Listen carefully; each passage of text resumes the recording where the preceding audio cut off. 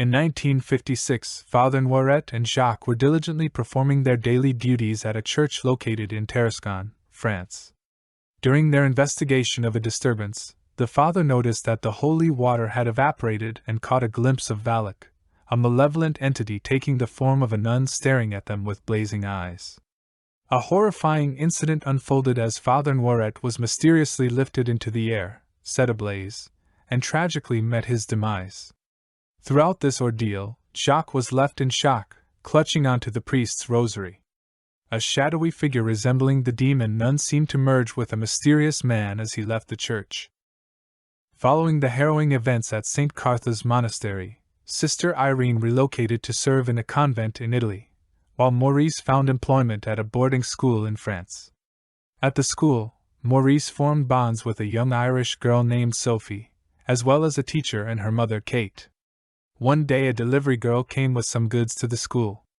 While putting the items on the shelf in the delivery room, she heard a sound and found Maurice having a seizure standing in front of a mirror. Suddenly the demon nun appeared from behind the mirror's wall. The girl got scared and tried to run away. Unfortunately, the demon caught her and killed her instantly.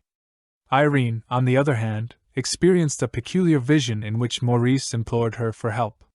The very next day, she was approached by the cardinal and tasked with investigating a series of mysterious deaths occurring across Europe, including Father Noiret's death. As Irene embarked on her journey to Tarascon, a young novice named Sister Deborah covertly joined her. During their train ride, Deborah candidly expressed her struggles with accepting miracles, including the concept of the real presence of Christ in the Eucharist. In response, Irene gently explained the significance of faith to her. While at school, a group of girls attempted to play a prank on Sophie. They bring her to the chapel of the school, which is strictly off-limits, where evidently the son of the headmistress died upon the bombing in the Second World War. They told Sophie that if she looked away from the eye of the goat on the chapel mosaic window, then it would appear in a demonic goat form. Sophie believed them and tried not to look away, even though the other girls left her alone in the chapel.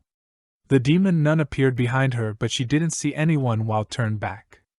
The girl attempted to leave the chapel, but the other girls had locked her inside. While she was trapped, she caught a glimpse of a demon. Fortunately, Maurice arrived and rescued her. Later, the girl's mother, Kate, came looking for her daughter and took her to class, unaware of the frightening experience she had just been through. Upon their arrival in Tarascon, Irene visited Father Noiret's church to begin her investigation. She had a distressing vision in which she followed Jacques into an alley but found herself attacked by Valak.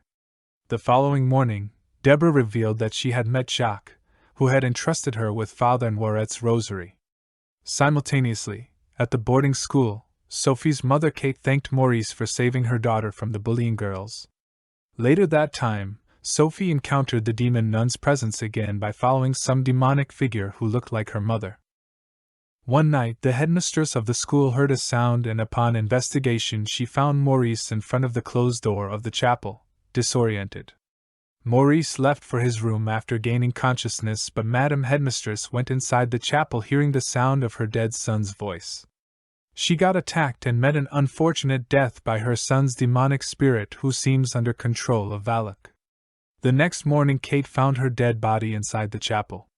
Due to the tragic death of the headmistress, most of the students left the school with their parents. Irene and Deborah proceeded to the Palais des Papes, where they met with a librarian. The librarian provided them with crucial information, explaining that the entity they were investigating was once an angel cast out by God. Additionally, they learned that the emblem on the rosary was linked to the family crest of Saint Lucy, who had been martyred by pagans. Despite being set on fire by her persecutors, Saint Lucy miraculously survived, and her family dispersed her preserved eyes throughout the world. The librarian suggested that the demon was targeting the descendants of Saint Lucy, desiring this relic, the eyes, which were last known to be housed in a former monastery, a place revealed to be the present-day boarding school. Irene and Deborah embarked on a journey to the school. Maurice is preparing dinner with Kate and Sophie, but suddenly he starts having seizures. A face starts appearing from a portrait of a demon nun, and they start running. Irene and Deborah enter the school where they find Maurice in a state of distress alongside Sophie and Kate. Irene had to deliver the startling news that the demon resided within Maurice. The revelation left him devastated, but he soon succumbed to the malevolent force. He was heading towards the chapel when Irene and Deborah tried to stop him. They succeeded in stopping him for the time being and tied him while he was unconscious. They went to the chapel to find the relic, and Sophie told Irene, Deborah, and Kate about the eerie game invented by her classmates, involving the goat mosaic. Deborah used a flashlight to illuminate the goat's eyes, which pointed to the hidden location of St. Lucy's eyes. Irene successfully uncovered the relic. In a while, Maurice came by and attacked Irene and Kate before Sophie ran away with the relic. On the other side, Deborah was facing a demon goat with the other girls of the school. To ensure the safety of the schoolgirls, Deborah and Kate were separated from Irene and Sophie, while Maurice, under the demon's influence, pursued Sophie. The pursuit led to a catastrophic collapse of the bell tower building, with Irene eventually locating Sophie. Irene confronted Maurice with the relic, and a fierce battle ensued. Maurice tricked her into acquiring the relic and getting divine power for Valak. Despite Maurice's attempts to set Irene on fire, she remained unscathed, realizing that she was a descendant of St. Lucy, harnessing the relic's inherent power. Deborah rejoined them, admitting to having witnessed a miracle and discovering her own faith. In a moment of desperation, Irene and Deborah commenced a fervent recitation of the words of institution used in Christian Eucharistic celebrations. Astonishingly, barrels of wine at the former monastery transformed into the blood of Christ. As the blood drenched Valak, the demon met its demise and was banished back to the depths of hell. Thanks for tuning into our video. If you enjoyed it, give it a thumbs up and share your thoughts in the comments. We'd love to hear what you liked and didn't like. Don't forget to subscribe to our channel so you won't miss any future videos.